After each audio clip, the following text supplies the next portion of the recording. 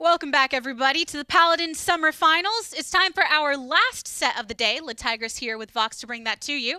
Before we get into the details of this match, though, we just want to clarify something with the rules. So, with the match that we saw earlier, Clown Fiesta versus Kanga, there was a bit of a terminology mix-up communicated down the pipeline. So what will happen is they're going to continue the best-of-5 set with the acting ability that it's a one-game advantage from the team that won earlier. So Kanga one game advantage, and they'll be moving on forward with that off a stream, so we'll let you know what the results are once we know them. But ahead, it's Na'Vi versus Envy. That indeed it is, and this is a matchup which is, well, the last time these two teams, they went head-to-head. It didn't go so well, I think, for Na'Vi. I'm wondering if they've managed to bounce back from there. Yeah, that's the tough thing, because Na'Vi, obviously, they didn't always have things turning out how they wanted to in times past with them, but so far, so good. They're still in the winner's bracket, facing off against this team. It's a best of 3, and Na'Vi, the PWC champions that are still reigning and still going strong in LAN. They've been looking a lot better as well since Lazy has joined the team. Lazy's provided a consistency in frontline, which has allowed Phoenix to flex a lot more. Great integration there, as well as seeing Mutu play a lot more of the flavor of the month Drogos right now, which has been very, very impressive. And when you can see what happens when a team does manage to shut down that Drogos on the opposite end, as well as we just witnessed with the Burrito and Fnatic match. So you have to keep that in mind as well when you're the opposite team of the one that gets the Drogos and how you are going to deal with it. Pretty much, and that seems to be a big name of the game so far, is what are the bans really try and take away? Are you taking away targeted bans versus specific players? Are you taking away more of these meta picks right now? Although, as we have just seen with the Burrito set, there's no such thing as meta. If you think there is, you're not trying hard enough. Diversify your champion pool, or you will get left behind. But Na'Vi, they have shown some diversity in the past, and I think the just strong nature of the players. Tried the Androxus, didn't work out too well. That was tough because we know Mutu to be really great on the Androxus. But very much so, but maybe pace your shots a little better first. Cool. So they will be facing off against Team Envy, which did have some words prior to this match. Welcome back, guys. So before we talk about the match you have, I want to go back to your match against G2 yesterday and just the transition in your mind coming off of the defeat the first time during this experience to the victory yesterday. You know, it was actually much different than the other times we've lost to a team and came back. We were actually pretty confident coming into it and without changing much of our strategy. You know, in that best of 7, we did win the best of 3 in the first 3 matches, and honestly, looking back at the VODs, I really thought we should have won probably like 5 of the 7. So we knew that if we just stayed calm, made small changes where we needed to, we would, come out on top. What are some of the things that you're focusing on in this match ahead against Na'Vi? Probably the same mentality as we had against G2. I think against that G2 set on the best of 7, we started to falter when our mentality was getting just messed with a bit. So we're just going to try to keep a level-headed, just keep calm and keep that same mentality. Business as usual. Cool. Well, we've seen enough matches at this point from different regions where we're seeing the differences obviously in style. And one of the things is how people feel about Furia and how people feel about Willow. So I just want to get your thoughts on the fact that some regions really seem to be prioritizing these picks while others just aren't even worrying about them. I mean, I think both are really good, and if you're not prioritizing them, you're doing something wrong. I mean, watching Furia go unpicked, unbanned in one of those PGS matches earlier was just devastating to me. I mean, she's just so amazing. It's crazy. Both Furia and Willow are huge power picks. I think Furia is probably one of the best healers right now just because of her flexibility of her damage and just how strong her burst heal is on top of the shielding she gives. And Willow is just a good zoning. Yeah. It's just like Demolition BK, but you can't get healed. Willow also puts pressure on the other team's drafts in a way other picks don't. You know that you need to pick a heavy hit scan pressure when you pick against her, so you can use that to force picks for the other team. Well, this should be a very interesting match as we move forward within the winner's bracket, so thanks, guys. Thank you. Not just the prior match, but that interview right there confirms the fact that... Gabby, you're really fast at running, you know that. I'm fast at running? You just blur in from the interview room right to here on the desk. Oh, yeah. I've been working on that. Yeah, so it's all those my burpees. leg strength. Yeah, absolutely. Never skip leg day, just like Buck. Yeah, that's 6:30 a.m., baby. But You're insane. That's way too early. I'm trying, you know. By the time we get here, my day's like halfway through. That's wild to me. But what else is wild to me is the fact that we've got these map bans up, and that's a fish market being taken away by Team Envy. That's very much a telegraphed strategy, meaning that Na'Vi might have something in the tank, maybe that they've seen in scrims that they're a little bit worried about here. Stone Keep, just where we saw some crazy shenanigans, about to go back there. And I think most teams are fairly comfortable on this map, but there are definitely teams that excel even farther and have made sure to make it a priority. So, Na'Vi, bans up to bat. Let's see what they go and try and take away, as it is the Khan. First pick, first ban. Off the table already, they just don't want to deal with that. Makoa from Envy, so frontline presence so far. This leaves the Drogos open, leaves the Willow open, leaves the Bok open, which have been popular bans so far. Fernando taken away as well.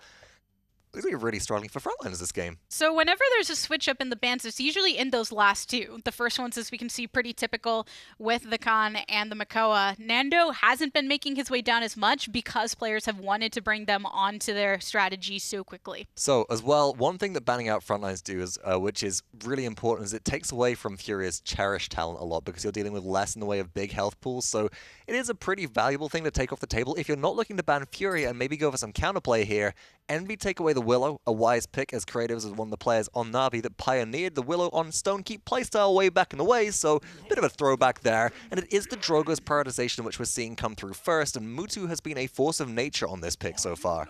And then you can also think when it comes to that Nando ban, Rubu, very strong in that as well. So not only are you taking that away as that health pool that can potentially be bursted back up, but a very powerful pick for the enemy. Buck and Furia, though, also powerful picks. And based on the way Metapusher was talking about Furia, you would expect that Furia was going to make it onto their roster, being that she wasn't banned away. So, Na'Vi, looking towards the Lian right now, shutting down that early healing potential from Buck and Furia with the anti-heal from Death and Taxes, 90%. Offer that talent for Lian right there on those weapon shots for 3 seconds, as well as the Inara pick. So looking for a more sustained-based composition, and Na'Vi are able to do this because Envy already have their support online. They don't have to prioritize maybe looking towards getting the Maldamba online early because it might be stripped away. Envy now, they're up to bat, and they haven't got any frontline online to begin with. But they have a bit of an opening. They know Inara is on the opposite end, so they're going to secure one of them right now. It looks like if they do go with this Barrack. And they do indeed. Dome Shield very powerful in trying to continue that point fight if need be. And then Bomb King going into this draft as well. So, Na'Vi to respond. If it's going to be something more typical, we saw the tire happen on Splitstone Quarry for Na'Vi. Didn't work out too well there. Mostly because it was a hunting party tire that wasn't able to impact the point fight as much, and most people stayed out of line of sight, so she was doing more trickle damage rather than getting much in the way of kill potential on. Janus will be the Hobbit support via Na'Vi for the time being then, as well. I like to see that coming through. And whilst Janus has a throughput heal versus the burst which you might want from Maldamba for the Inara, there's not much in the way of innate anti-heal coming through so far on Envy's or in Envy's composition, so you can get a little bit more away with Janus than you otherwise might be able to. So do you believe that they're going with the Janus because of the fact that this is triple DPS and they want to prioritize making sure that damage is stronger as opposed to just focusing on keeping the Inara up? You know, I think you can get away with getting the Maldamba on here. Primarily it's because you don't have to rely on getting some burst heal out of cauterize range because you're not playing into this Lian or this Drogo's where you've got this innate anti-heal built in that lasts for so long. Cassie can be difficult to play into in that regard as well because of kinetics, but again, it's only on your blast shot, so much more difficult to confirm in a wide area than both Lian and Drogo's, and as a result, I feel like this triple DPS with Xin and Genos especially will be more augmented by that. Look towards Envy to specifically be trying to pick this Drogo's and Genos first of all, and Na'Vi, I think, they'll be looking more towards trying to get the maybe the Fury off the field, but also just dealing with the pressure that Buck will provide. Recognize those win conditions and try to shut them down ASAP. Game number 1 for our last set of the day starts right now. Well, thanks, Gabby and Gore Miser. Excuse me. Well, I guess I'll thank you, too, because you're right next to me, right? Thank you. Thank you, You're Gabby. welcome. Thank you, Gore Miser. And let's just leave Vox out of this because he's too British for me right now. You see the ascot? I don't have to say any more about that. Rain Day and Gore here. The party boys ready to bring in the last set of the day. It's a best of 3. It's not going to last very long if either of these teams have their way, Gore, but we are expecting some tough competition between both. Yeah, I mean, the way things were able to go, specifically like with the draft, Na'Vi have a lot of anti-heal, a lot that's really going to hurt Furia, and I'm kind of curious to see how Envy's going to play against this, because it kind of felt like a couple days ago on Wednesday when they're going through the PPL finals, they were the ones who are like, okay, we know how to deal with her. We have no worries about it. But being able to bring her in, I want to know what they can do with it. I think, the interesting matchup here is obviously how does this Furia contend not only with healing-wise, but Genos, but in saving certain moments. Because when she comes in with that full heal with Cherish, she adds the shield on top of it. That can be a lifesaver in ways that the Astral Mark simply cannot function. It's just too much over time. So I think looking at how they deal with her is going to be crucial. We saw, even at Kanga Esports, Clown Fiesta, it was very difficult to find the Furia. When you did, it almost felt like you unlocked the code. But when you did it, you were in trouble. And she's really good at controlling space. Stonekeep, I think, is going to be a great map to kind of test where both teams are sitting at with what he does. And being able to go into this, one of the things we saw earlier that actually was a deficit to a team is Inara kind of going out there with just a Genos behind her. It's one of those things that when Fury is on the other side, that front line, even if it's a solo front line, is getting a chunk of healing. That's right. When you have to be able to break that line of sight, keep yourself kind of out of the fight for a little bit to make sure that passive healing just goes up and up and up. So it's going to be a little bit more difficult. It's going to be more focused, I think, for kinetics, something that can be thrown in onto the Inara to maybe shut that down a little bit more and make it harder for her to survive. I think you talk about stars here too, Gore, because Random Noob, Rubu, but now you talk about Rock Monkey on comfortable picks. Oh, yeah. Na'Vi got what they want, sure. I mean, you have obviously Mutu's most likely swapping onto the Drogos. You're going to see creatives, I would assume, onto the Zen and Phoenix running that Leon. But what you'll have to notice is that Rock Monkey and Envy, whenever they can get him on a bow character, they say, we feel good about our chances. And right now they've done just that.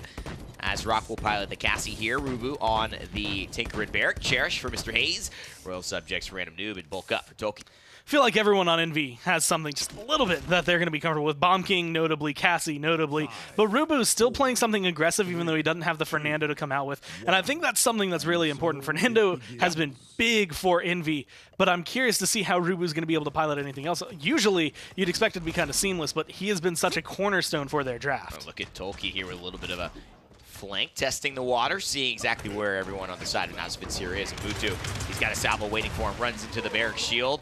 Rubu with the turret set up already, and it's a first blood from Phoenix with a beautiful presence from downtown. Rock Monkey falls. Hitting that long-range shot, and that's just going to open up so much space. Mutu is going to be able to create a lot of that. There's not a lot of, I want to say, pushback unless Buck starts just popping off, and with two more kills like that, Phoenix is just opening up so much room. This is not looking good for the side of Envy to start. Natus Vincere, they played a little patiently, and then they collapse just like that. 57% on the objective. I'm having flashbacks to what Burrito just said in their post-game interview where they were like, we're going to Stone Keep, but we know that's where Fnatic, that's where Na'Vi love to live. And now I think you're starting to see a little bit of why they were worried about it. This is something that when you know the map well, you can accomplish so much with it. And you know what? Toki with a big kill there because it saves Rubu's life, if only for a moment. The bowling ball resets, as well as the light of dawn coming through from Mr. Hayes. The shield from the heal is very important to restabilizing in this fight. And it looks like Envy have done so, Gore, managing to get back on the point, 60% and counting now towards their favor. That 99%, though, is going to be a big mark against Envy. Depending on how Na'Vi play this, that is going to be the sixth man that they can use for their advantage. Mutu getting rid of Rock Monkey, Mr. Hayes off the board. That makes it a lot easier to pick up kills. Lazy V Rubu on the point. Here's Creatives. Oh, and Spunky just bullying a young Toki in the corner. Take him out to the yard. Oh, don't let him come back without, a few spankings out there, and they say, Toki, this is our home. Do not disrespect it. Toki knows a little bit better now, although on the strong Buck, he's not going to come out on top as Na'Vi take the lead. I feel like Na'Vi's playbook right now really has been, all right, when is Rock Monkey up? Go kill him. Just someone go kill him. Yeah. He is 2-2-1. Like, he has not been able to really sit up there and get a lot of shots off, which is always going to be great. He is one of the reasons I think they can open it up. And specifically being Cassie, you either need Toki to go into the back and get 2 kills, or you need Cassie to poke people down to give you that room, and neither have really been able to accomplish that. And that's a big kill by Toki as well. If he can find more of those on Mutu, it's going to just slow the roll of Na'Vi so much. And Rock Monkey just needing the space. We talked about him on this bow character. So far been relatively unimpressive. He was the first death to Phoenix's presence from long range, and so he's got to win these battles, and Envy have a chance going into the later parts of this set. I don't think I've ever seen that tree used for cover, and I don't think it was intentional from Mutu, but there was just 1 second. A random noob glances over, sees no Drogos, just goes about his business, does not realize there's a dragon standing behind him, and so going to be able to get away essentially with murder on that one as they do kill off random noob. And again, just creating a little bit of pressure, causing this payload to move a little bit further every time. Minute 14. Now on the clock, Fire Spit will connect.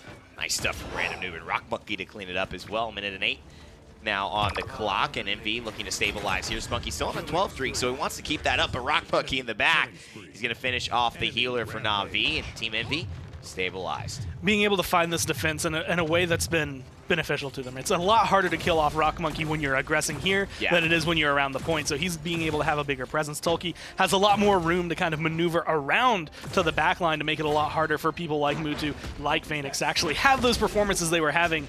And so you're having to look at what can Na'Vi do to open it up. They have a couple ults. With 30 seconds left, they still have room that they might want to use them, but honestly, holding on to them might be the better call. So deadly here, and the combustible meta shift has just been really, really effective for Drogo's mains.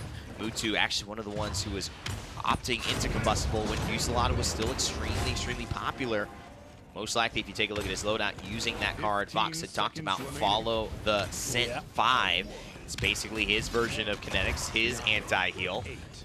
And notably Masterful 5, which used to be, you can't play Drogos without it.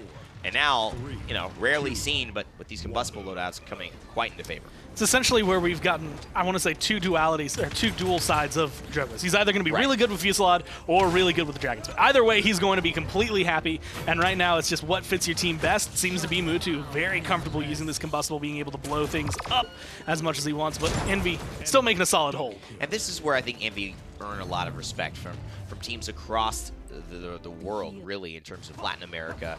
And you also talk about Europe, especially from Fnatic and Na'Vi after their wins earlier on in May in Vegas. I just think it's the fact that they know how to deal with bad situations well. They don't fully collapse. They bend, but they don't break like Bamboo. They always have something for you, and a solid defense makes it so it's all squared away after round one. Although Na'Vi definitely looking the better team in my eyes. It's one of those things that Na'Vi, in that kind of instance, whenever you're up against a team that is closely skilled to you, that push is going to be difficult no matter what. It's going to be tough. But when you come to the point, that's where I think they've been shining. I mean, that went 2-2-1, I think, for Rock Monkey, now 7-2-4. So having a much stronger defensive side from Envy, like you said, bending, not breaking. Yeah. So they're encompassing what Na'Vi throw at them, but they're not able to really bounce back with it either.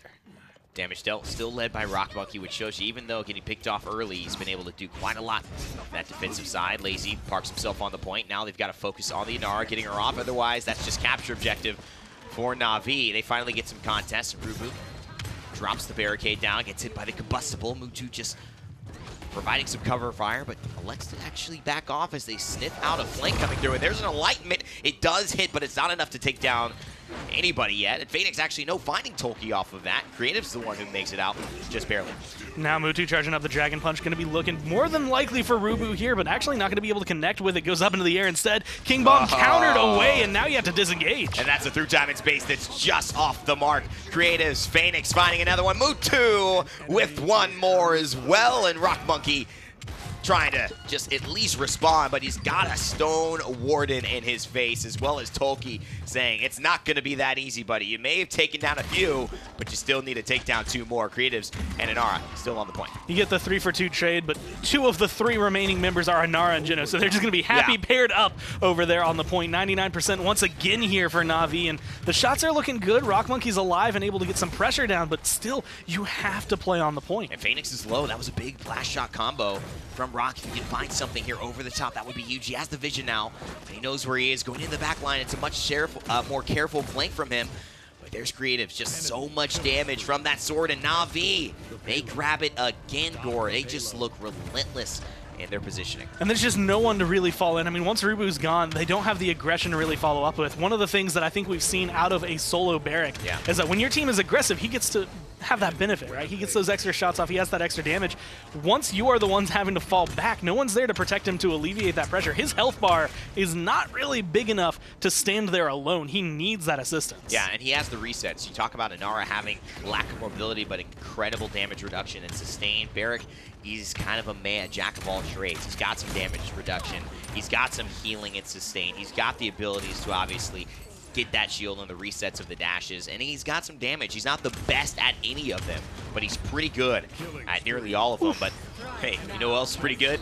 Mutu finding a couple of rockets there. Fire Spit as well. That's another one. Na'Vi looking at a 3-1 is very close in their future. And now just being able to push it, Mutu does go down, but Mr. Hayes falling shortly after. Rock Monkey, again, that was a lot of pressure. Locking down Envy either in the base or if they stepped out of the base, they were half health. There was nowhere where they really, truly felt safe in that kind of scenario, and that's just Na'Vi playing that fight incredibly well. And Phoenix just outperforming, and Tolkien and Phoenix both traditionally more frontline focused players, flexing onto these DPS roles and finding each other in these matchups, and Phoenix seems to be getting the better end. It's really Phoenix who started things off well for Na'Vi against Envy in round 1, Gore. So if he keeps this up, I see Na'Vi taking game 1 pretty convincingly. Using the Manifest Destiny Heir to the Throne build, where so he's going to have a lot of dashes, and that's, again, you can get in, and if you find yourself in a bad scenario, you just get out. It's never going to hurt you. And honestly, you're looking at Tolkien, I'm going to chase you down. I'm going to jump in and try to close that gap. Then you just make the gap again. You go so far away that you are always going to have that little bit of an advantage. Yeah, you're like, what gap? And then you're like, oh, this gap, because you're creating it and you're closing it right after one another. Mutu goes into the Dragon Punch and a beautiful spike. Holds him in the air. Mutu with the double. Looking like potentially a triple there. Rocket misses Lazy with the cleanup duty. And that's 54% and already a full team wipe. And Rock Monkey, Mr. Hayes, both still alive, but kind of locked in this position of like, what do you want to do? Do you want to peek right here? It's not going to work well. You take a shot to the face, and you're taking way too much damage, but might still be able to find creatives. And now Lazy has to stand on this objective. He knows his team is this close to winning, but here's the overtime. There's the Grumpy Bomb. Will Rubu back? What can they do? No resets of the Rocket Boots. No bowling ball this time. All the pins are knocked down, and the pins are Team Envy, and Navi's the bowler. I'll be honest, kind of hard to tell. Did Na'Vi just play that well, or is this Envy not playing up to the kind of par that I would really hold them to? I mean, yesterday they looked unstoppable. That was not the same. It was shades of themselves. Feels like a little bit of a different team. Which way? Still unsure, because Na'Vi have to prove themselves yet again before they're going to win. Now, remember, the winner of this game has to only sneeze, and they will be moving on to the finals. So just be aware of the... I'm just kidding. I'm messing around, man. Gore, you believe me on that? If they sneeze? Yeah, if they sneeze, they go to the finals. I kind of believe it. Oh, we're going to check on those. I don't think that's in the play. We are being... Just messing around. Let's send it back to the desk here and see what they have to think about these new rules, and, of course, Game 1, how that wrapped up.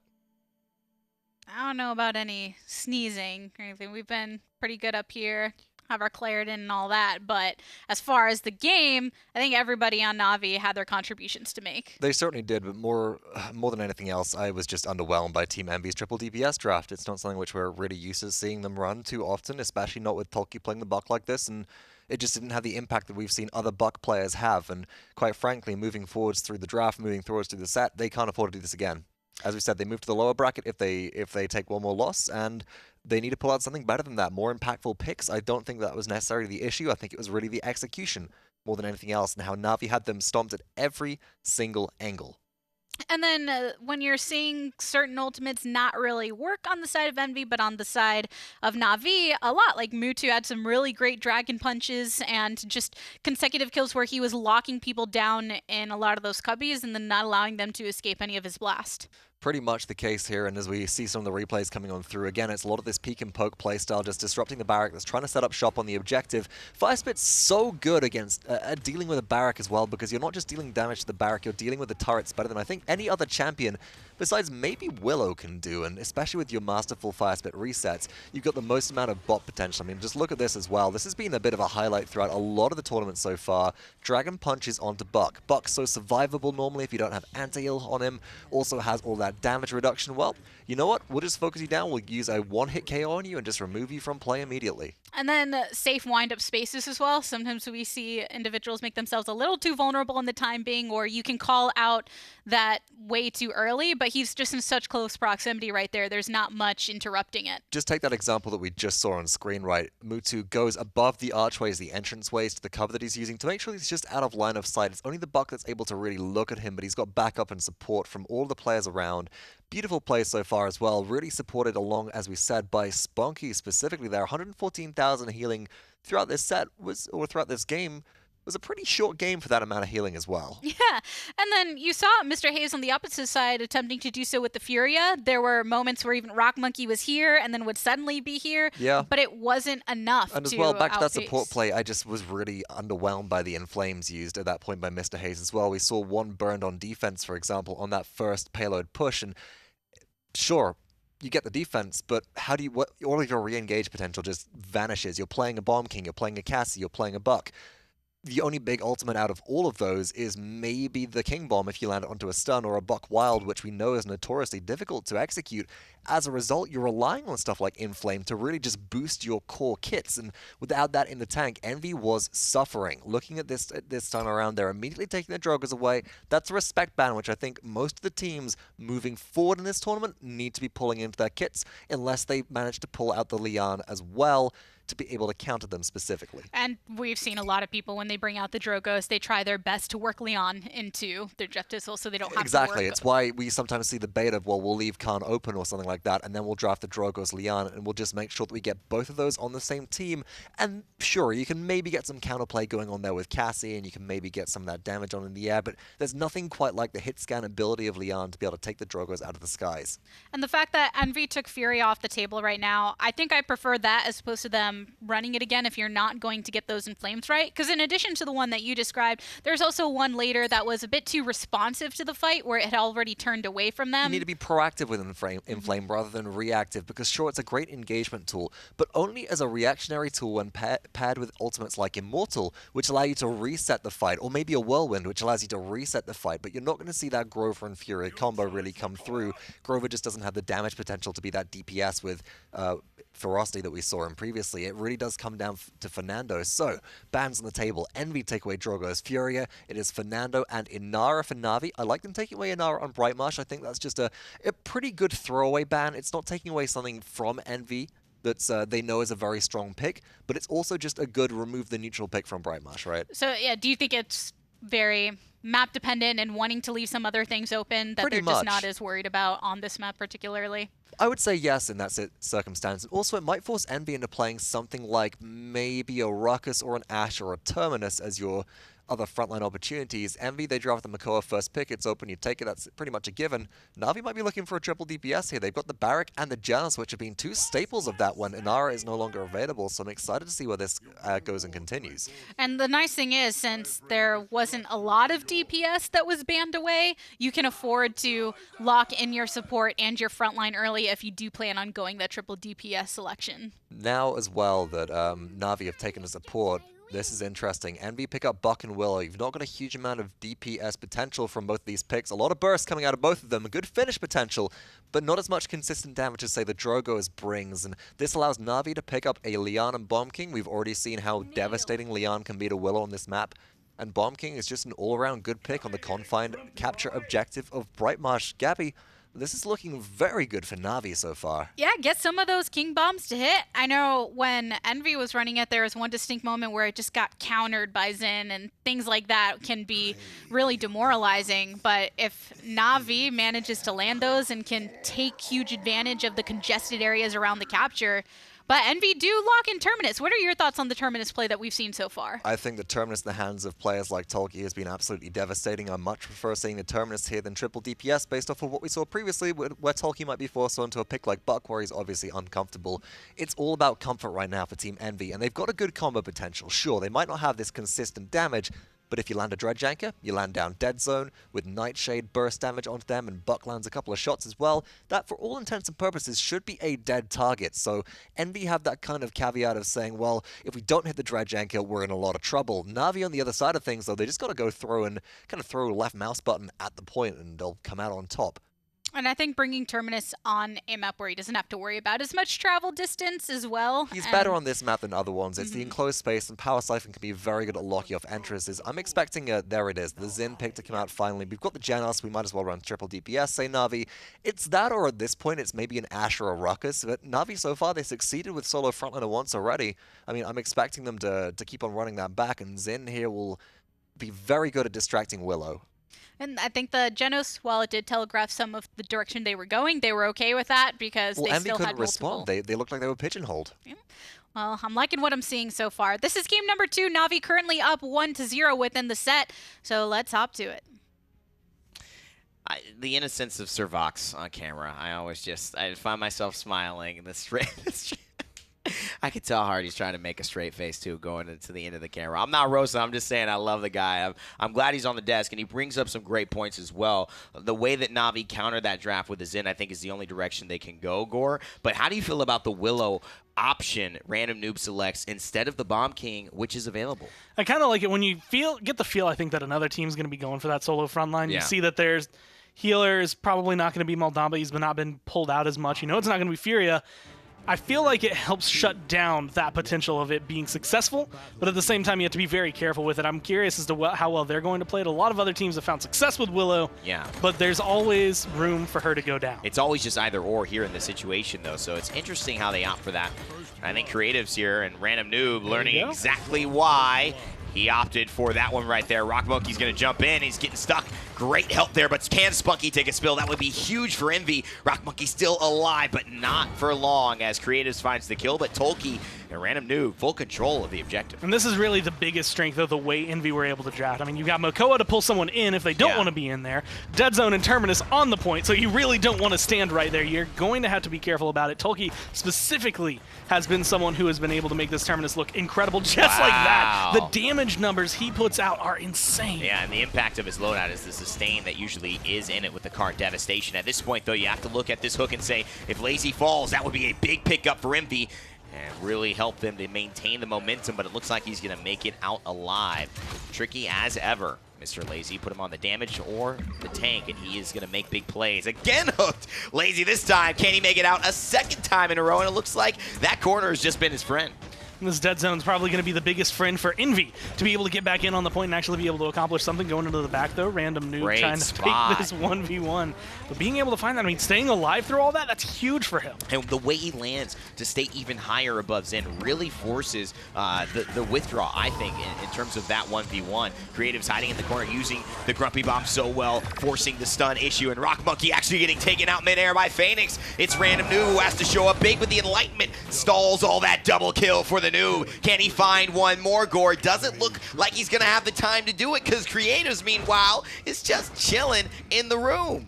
You can go up in the air. They got hit scan on the side of Na'Vi. That's going to be the benefit for them. Even when Leon's out of the picture, still have to be a little bit worried. Geno's there. Spunky, the one who's picking up the kills. So being able to go forward, Envy, I mean, a lot of control on that point, but just letting it slip in certain scenarios. And again, even though Random Noob stays alive, he wasn't able to provide too much in terms of the fight. He was too low to really stay in that engagement. And it's unfortunate if you're an Envy fan, but really great if you're a Na'Vi fan, because this first point sets the tone for this set, which obviously if Na'Vi, you're progressing, and if Envy, you're trying to just stall off being dropped down to that loser's bracket. It is going to be a potential rematch between them and G2 if that does occur. And Na'Vi, they don't want to face the same fate, seeing their basically #1 European counterparts, Fnatic, falling just moments ago to Burrito. So that would not be a fun loser's bracket to be a part of. It's definitely not the point in the tournament. Honestly, you really want to go I thought you were going to be like, Rain Day, that's not the point. Anyways, moving on. No, it's just in that area where there's so many good teams left. Yeah. That honestly, like, the best bet you have to advance is, like, to go against Kanga, right? But even then, Kanga has been showing a lot of these top teams that they are incredibly close. Even Na'Vi, it felt a lot closer against those two than you've seen them in any other instance. So 6 teams that are pretty much left. It could be any one of them. You fall to the lower bracket, you might not make it out. Yeah, that is super true. And it's always precarious to give yourself the unlucky option of losing before another team. That is always an unfortunate thing in a tournament play. So you got to try to stay winless, and that's what these guys are doing. Envy, Na'Vi fighting for so much here. 52 seconds left on Navi's push, and they look if they can find Rubu here. We'll have some momentum to get going. Really long-range stun. Nice not going to do anything. It looks cool, but not going to be able to find anything out of it. That snake just flying at the screen might intimidate you a little bit. Creatives does go down as he gets a little bit too aggressive, but now 30 seconds left. They're sitting on the payload, and they're moving it forward.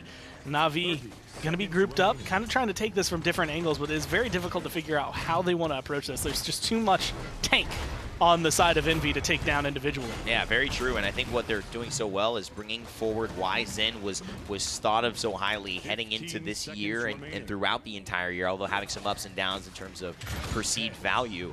The ability for him to function as that triple DPS, especially with a Geno sitting for 977 off of Yomi, but also with the amount of time he can buy for your team to get back into position and to regroup. It's just incredible the amount of assets he brings to a roster. Phoenix getting taken down here. It does look like Na'Vi will not be able to push, and that's what happened last round as well on Stone Keep. It's just that area where Envy understand their draft well enough, and they understand what their strengths and weaknesses are, that they're approaching this defense in a way of who needs to go fight this. Because you can see Na'Vi trying to kind of pull them into these like pick one off members or pick one off engagements, but they're not falling for it. They're sending in two. They're making sure that the tankier champions are going. You have Rubu paired up with someone, Tolki alone, but Rock Monkey being able to keep himself alive. All three of them are pretty difficult to take down in any engagement, especially with the heal from Rock Monkey. You could see that Phoenix not able to even topple that with his 90% anti-heal. My question is, really is Rubu pulling the weight that Team Envy want him to pull here on this Makoa? It's a big pick for them. It comes at a priority, and oftentimes you see Makoa dominate games. Only 1 and 2 right now. And he's not going to be content with that. So he immediately goes to the flank to try to make an impact. Tolki on the point. The Seedling here, part of the reason you would expect them to have grabbed that Willow is to be able to force out the solo frontline Barrack. A little bit easier with the Seedling with the dead zone. And Willow up into the air through time and space. Get out of town. If he hit that, I was like, clip it and let's call it a day. That is going to be one of those moments. This is very similar to what we saw last time, but that Ancient Rage just swinging in the face. Doesn't matter what Phoenix throws at him. Go, Gormizer. I mean, you could have hyped that for about 5 more seconds. I would have been right there with you, buddy. That was so impactful because he baits out the Enlightenment. He takes the Enlightenment, and he even waits perfectly to get the swing. So there's no chance he's going to, with that Manifest Destiny slide loadout, be able to get away from the swing. It was perfectly executed. Na'Vi take a lot of gambles there with the midair through time and space, and it's not quite paying off. Honestly, right now, though, this is where they were able to come back. Lazy falling down makes this a completely different story to last round. 99% this time for Envy as they bring back their control. Rubu, Rock Monkey picking up kills left and right. And this time around, Buck stays alive, and it makes the biggest difference. And I think it's really, I'm going to give credit to Rock Monkey for the cleanup, but you got to give credit to Rubu for the setup. He was so impactful towards the end of the round. And we asked what kind of round does he need to have, and he showed us exactly what will make the difference for he and Envy heading in to round 2. 2-1 leaders now in 2 minutes and 12 seconds. A lot of twos. Before this round is over, they've just got to keep this up, and so far, losing Random Noob, not a good sign. And one of those areas where Tolki, you could see he wanted to aggress, actually might have over-aggressed for a second, and is now caught in this awkward position. Too low health, does have reanimate, but no way he's using it right there. You hold on to that until you desperately need it, and as of right now, if you keep hitting hooks like that, retaking this payload's not going to be an issue. 45. And you're right, Gore, there's really not a lot of issues if you just perform extremely well. But as obvious as it sounds. But everybody's trying to do that. So that's the problem. Which extremely good performer performs extremely well against the other? That's the real question, and that's the medal. That I've said that word quite a lot today, but I feel like it almost is just determining the strength of something that you would just forge in a fire, that competitive spirit, the ability to perform when things matter.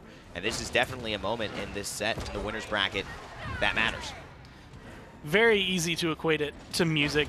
Something that you would see in like jazz trading fours, Since where you we're have in a two jazz people, band today. two people who are taking solos for 4 bars and then giving it to the other person. Then you take it to the next extent, where it's a competition. Who can keep going the longest? Who has the best solos over and over again? And eventually, someone is going to run out of material. Even if it's coming off the top of your head, eventually you're going to be like, oh man, I cannot keep going.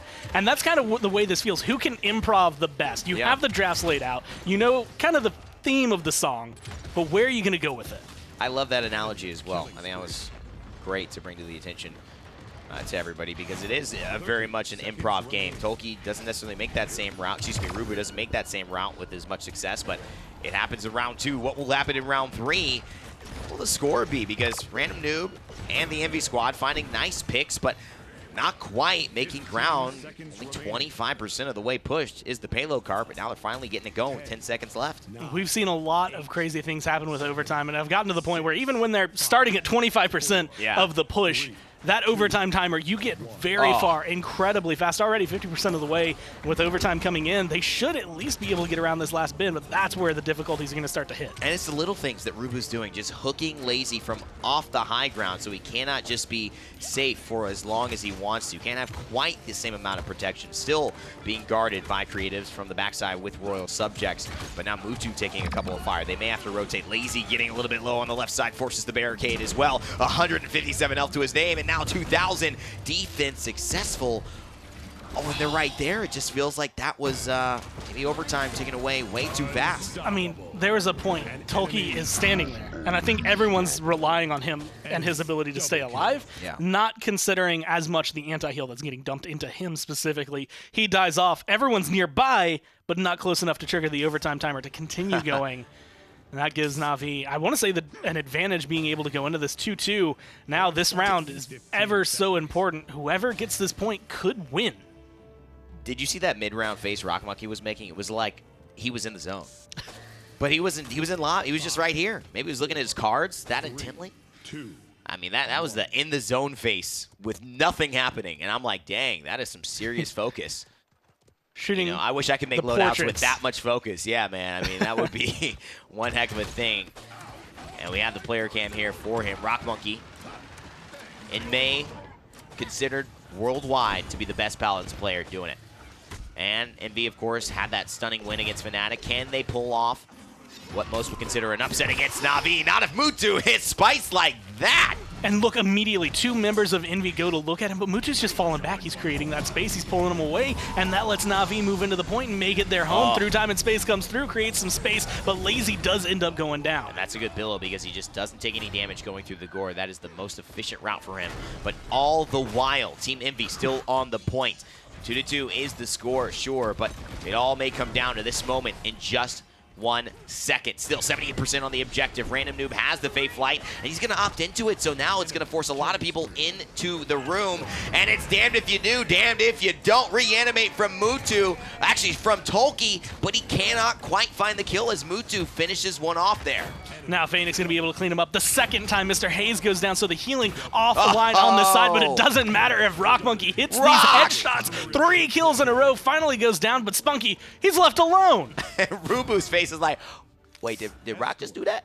Was that just what went down? He had his like mouth open to the side a little bit like, I was going to yell at everybody, but now I guess I'm happy. I was kind of mad about it, but now I'm not. But now it feels way better somehow.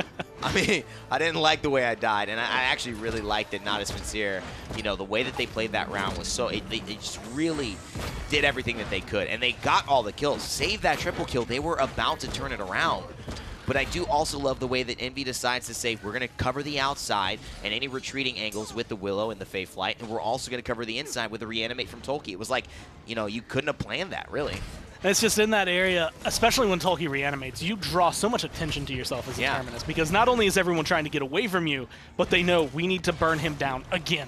Usually you don't live long after you reanimate. A lot of the times that's going to be the main focus, but that creates, again, a lot of attention away from the rest of Envy. Everyone's looking at Tolkien, everyone wants to kill him off, and all of a sudden Rock Monkey can jump in and just burn. And this is Rubu just finding his momentum, and they know, just isolate Lazy, isolate the solo Barrack, which has been relatively unimpressive for both Fnatic and now apparently Na'Vi in these last few games.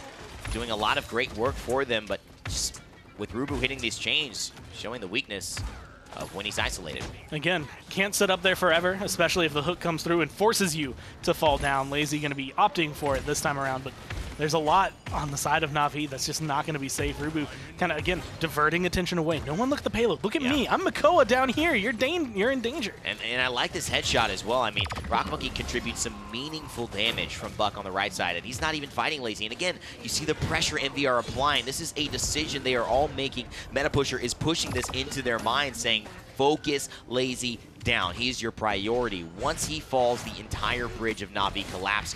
And I actually think that they're doing a great job of executing it, but Na'Vi doing one better by defending and fully stabilizing here. 30 seconds. Last time, Envy was able to do a lot with their overtime timer, but this time the payload is sitting a lot closer. So it's going to be a lot more dangerous, not only to get to the payload, but also once you are on it, being able to try and hold on to it. So it's going to be a lot, I want to say, a lot of weight on Tolkien to make sure things go right for his team and that maybe he's able to just do what he needs to do with the power siphon. And Rock Monkey knows exactly where Mutu is, but how will his patience compare to that of Mutu's? He wants the kill now, but I don't know if he can spend so much time chasing him. This could prove disastrous as now the overtime ticking away. He takes a little bit of damage just repositioning, and what was maybe an opportunity is wasted because Mutu distracts 4 members of Envy there and takes them all away from the payload.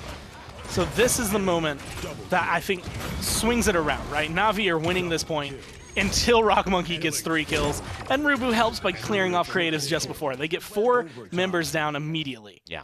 And moments like that, they're great, but at the same time, you can't rely on that happening. You're in this position now where you haven't really been looking that hot, save for one really big play on these points.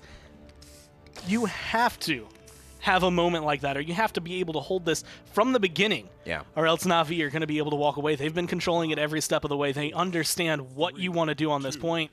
And so far, Mutu's been like the biggest distraction factor. Everyone wants to look at him. And you can see that Rock Monkey made the decision he was thinking about here, picking up a little bit of Rejuvenate. And instead of waiting for what could be, if he dies, an opportunity to pick up a tier 2 of Nimble with 600 credits. So he plays for now. And that's all they've got. 3-3. 36% now on the objective for Team Envy. Gormizer, as Creatives, takes the top ropes and finds a kill, and so does Mutu on a 2 members. Make that 3 of Team Envy. Now Rubu just low and running away. That shield's going to be dwindled down, no problem. But that's Ancient Rage to reset the health bar. A beautiful hook on the Creatives gets rid of him. And that's crazy. 1 dies, and you think Tolkien reanimated and went down, but now Rubu with a huge pickup, and Rock Monkey's still alive. Random Noob and Rock, can they be the Rock for this Team Envy, or will Natus Vincere turn it all around? A beautiful seedling going to get thrown out again, just zoning, getting a little bit of room. Na'Vi looking to try and come back into it. Still has the Spite available as well, so that's going to be one get a kill free card if he can hit it. Uh-oh, and Tolkien's down, but they've still got Rubu. They have the double tank, and maybe that will play the difference. They somehow have to get Spunky out of here, and the dash from Phoenix, the manifest destiny apparently for Natus Vincere is to take Random Noob out of the sky. Creatives follow suit. Not a sky suit, not a, jumpsuit, but he ends up finding the right suit of numbers, of cards, of aces, you would say, to finish off the entirety of Team Envy there. And King Bomb as well. Now going to be rolling forward at least to create a zone again, and actually waits for the jump, kills off Rock Monkey like it's nothing. Mutu, credit for 2 kills right there, but they've created so much room. They're controlling this point. And Creative's looking to keep his hands on the keyboard. He almost jumped up and said, yay, but realized that there's still more game. Not anymore. Natus Vincere clean it up despite a valiant effort from Envy in 2 games just like that. Again, going 3-3 tail in, and that is all on the fight. I want to give Creatives 100% of the credit towards the tail end of that fight. That King Bomb patiently waiting. If he goes around the corner, he misses what he's looking for, being able to hold it off. Maybe Rock Monkey goes in and gets a triple kill. Maybe he doesn't. You don't really know, but he's not able to at all with that death. And this is so many emotions at once for Envy. But it also, I think for Fnatic, watching, now dropping to the loser's bracket, seeing Na'Vi kind of outperform them, at least thus far, when that has kind of been the monkey on their back, just getting Na'Vi at LAN. They have a longer way to go now to find them yet again as Na'Vi advance in the loser's bracket to face Burrito. And Envy will drop down into the losers. This was really big for both of these teams because, like, you can kind of see, I mean, they're friends. Like, they hang out with each other outside of the game all the time. Rubu and Phoenix like and this, so, man. even though Na'Vi wins, it's still kind of rough. Like, you win, you're proud about it, but you're like, man, I'm sorry, like, that we beat you that bad. Absolutely, and I think it was G2 Esports who said, and it was Vex who was saying that that was the hardest win, or the most solemn win, essentially, that they had to make, making sure that SSG went home. They love them, the Spirit. It's hard to send friends home, but when you're after the prize of the Paladins Summer LAN, I mean, I think you got to do what you got to do. Let's send it back to the desk here to wrap things up for today. Thanks so much for watching. Well, I think that's one of the things that's really true about the players getting to know each other, so it gets hard to send people home. And then from a caster perspective too, you get asked to make predictions, and it's like, I don't want anybody to lose because you meet them and they're all nice guys. Just group hugging the finals, and everybody goes home with a participation trophy. Right? Just No, absolutely not, nights. folks. It's fire and brimstone here on the desk for me, at least. But maybe that's just the EU side of things. Well, there were some flashy plays from Envy, but it was Na'Vi that came through in the clutch in game number 2 to secure it. You had Phoenix on the Leon again that had some great play with also, particularly ultimates that were able to shut down. You saw Rubu turn at one point, and then it was, oh, here's an enlightenment in my face to finish it off. Yeah, critically, it was the game-ending play. We're seeing some stuff a little bit earlier right here. This is the opening point as well. Look at that Manifest Destiny just zoom across the map, and there's just the incredible turnaround time at that point. But right at the end of the game, we also had that chance to shut down Willow in Faithlight, and that was the big crux. That was the big turning point. And honestly, if I've got to pin down why Envy didn't close that last point out, I've got to say it was decision making for Envy around that final point. They kill Kratos early. Kratos still has King Bomb, can come back into the fight. Was able to do so because when Leon was dead, Faithlight could have been used to force everybody back, but they held on to they held onto the trigger. They didn't activate it early enough, and by doing so, with Rock Monkey not pressuring people back and at least getting dismounts, at least bursting people down early and then able to dip back in and survive, you expose yourself to the Janus, you expose yourself to the Leon, you get taken down, and then all that important anti-heal, which is so critical at dealing with the frontline barrack, especially on the objective, was not available, and Creatives just has their way with Bomb King. Those windows for those hinge portions of the fight are actually pretty narrow. Absolutely, and there's a lot of hesitance there. As if you hit it too early, what happens? If you hit the trigger a second too early and then everybody just waits out your Faithlight, then it's a completely wasted ultimate. And I can't blame Envy for the decisions that they made. It's just, hindsight is 2020, right? A slight difference in timing would have been all the difference there. And then a lot of times during the fight, you're saying, oh, that's a big moment. Oh, that one is too. Oh gosh, there's all these big Funny plays how in, being made. like top tier games, every moment is actually a big moment because the slightest advantage or disadvantage and the slightest positioning mismatch can mean the difference between a full team wipe and, okay, we get to maybe trade out here. Well, I think 2 keys to that victory had a Lazy holding it down as that single front line, and then we just talked about Phoenix's impact. And what do you know? Both of them are standby to tell us some more about their victory. Let's go. Well, one of you, has a throat injury after this, and one of you has realized that their teammates took their hands off the keyboard too early and almost cost the game. Lazy Phoenix, walk me through your feelings right now and post-game, knowing that you won and that you're moving on in the winners finals. It feels great. After our early matchup against Fnatic in the PPL finals, it was hard to come back from a 4-1 loss, especially since before it came to the distance, 4-3 loss. It also was hard to deal with, but this one was especially hard to deal with, and I'm just glad that we got some wins on the board and we're feeling great as a team again. So there was a lot in that last game, especially at the beginning, that Envy was able to do that kind of pushed you guys back or kept you away from the point, specifically the Willow and the Makoa. Was there anything in your gameplay specifically that you just had to change? You had to flip that switch to make sure they weren't able to accomplish that anymore? I think, was I the one calling it out, that we just tried to switch sides because they kept doing the same thing over and over again, that they would go into our face. That's their draft is meant to do, zone us out, and we made the call, or I think I made the call for me and moved to the push to their side instantly, and we got the Willow off guard with that, and I think that's helped us kept the point. That was, that's what happened basically. What Phoenix he kept on changing the things so they could actually punish the Willow more, because it was actually really difficult for me to go on point, because every time I stepped on point, I could deal with the Terminus, but it was a problem with the Mako coming through behind us, but also at the same time Willow was just spamming me down. So Phoenix made that call, but he didn't make all the calls. Nope, not today. In fact, Phoenix, who had been running the draft for nearly all the time he's been at Na'Vi, gave it up to Mutu today to run the draft. How do you both feel, answers from both of you, about how that went? It went great. Obviously, we won, and it just feels good sometimes to have a different perspective on the draft, and especially with Mutu, he has an idea of what he wants to do with the draft as well, because he knows how to play the game, especially he's been doing it for a while, and he knows how he wants to play the game, so he can do a draft around it, and we are all really flexible as a teammate, so we can just fill in this draft. It's fine for us. Yeah, usually when it comes to scrims, ever since I joined, it's basically every time Mutu did the draft, or whenever he said, I want Drogo's, or I want this, decide, all right, we're going to give it to him. Because the moment he gets, whenever he's this confident asking for a pick, if we just win, that's enough said. So I just have one more question before we end up going, and that is that we'll get more feelings about this, I think, tomorrow, but you're going to end up going up against Burrito, who beat Fnatic, and it's going to be a rematch from the semifinals from Worlds, which is something that everyone loved. It went to Game 7. How are you guys feeling about facing them again? Well, personally, I feel great about it because it was one of the most amazing sets in the Paladins history. I think, like all 7 games in the semifinals of a World Championship, it was amazing to play. I think it was the first time ever I went to a Game 7 for me as well. So I haven't been playing competitive for that long, so it was something to get used to. And I remember my explosion after the game, how happy I was with it. So maybe we can get a good set again. I mean, I wasn't there when they actually played against Burrito, but I know Hikari a lot, and he's also like kind of like a brother for me around here as well. Together we're prettier, but I've known him for such a long time, and I really think that it's going to be a great matchup. Well, congratulations once again on your win. Go ahead and rest your throats and get ready for tomorrow. Thank you. Thanks. Take care, guys.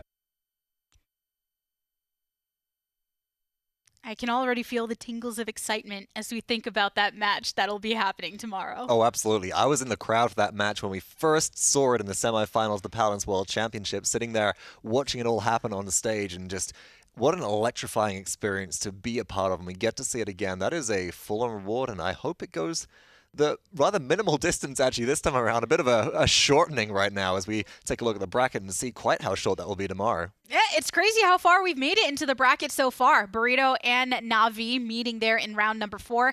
And then we know some of our matchups that are going to be happening 14 through 16. Those are or 13 through 16 are the matches we will be witnessing. Besides Burrito and Na'Vi, are there any other ones that you have on your radar majorly? Yeah, well, I think, can I say all of them? But realistically, it's Fnatic versus G2 is I think the biggest one following Burrito Na'Vi there, just because of what we see, or what we have recently seen in the PPL Summer Finals.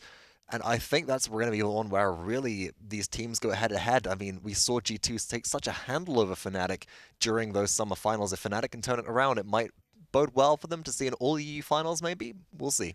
We're only halfway through our current summer finals land, but we do have a major event happening in November. If you haven't heard, HRX at DreamHack, November 16th through 18th. Buy your tickets now, highresexpo.com. So all these teams that you're seeing with all these upsets and everything, they'll keep fighting so that they can make that major appearance on that stage. Any last thoughts from you before we close? Production is disapproving right now of my slight EU bias, just a little bit. I'm going to go, folks. I have to go and eat a burger, maybe eat a burrito, cosplay as an American, and try and fit in. Otherwise, somebody will have my soul. Well, everyone, thanks for tuning in today. We will be live again tomorrow at 11 a.m. Eastern, so do not miss it. Everything you need is on our Paladins Pro Twitter. My name is Latigress. This was Vox. Until next time, stay cool, friends. So many years gone by, but I think about you all the time. Looks like you're changing and all. But why didn't you call? Something in the air, always something in the air. Inexplicable, I can feel it in the air. Can you feel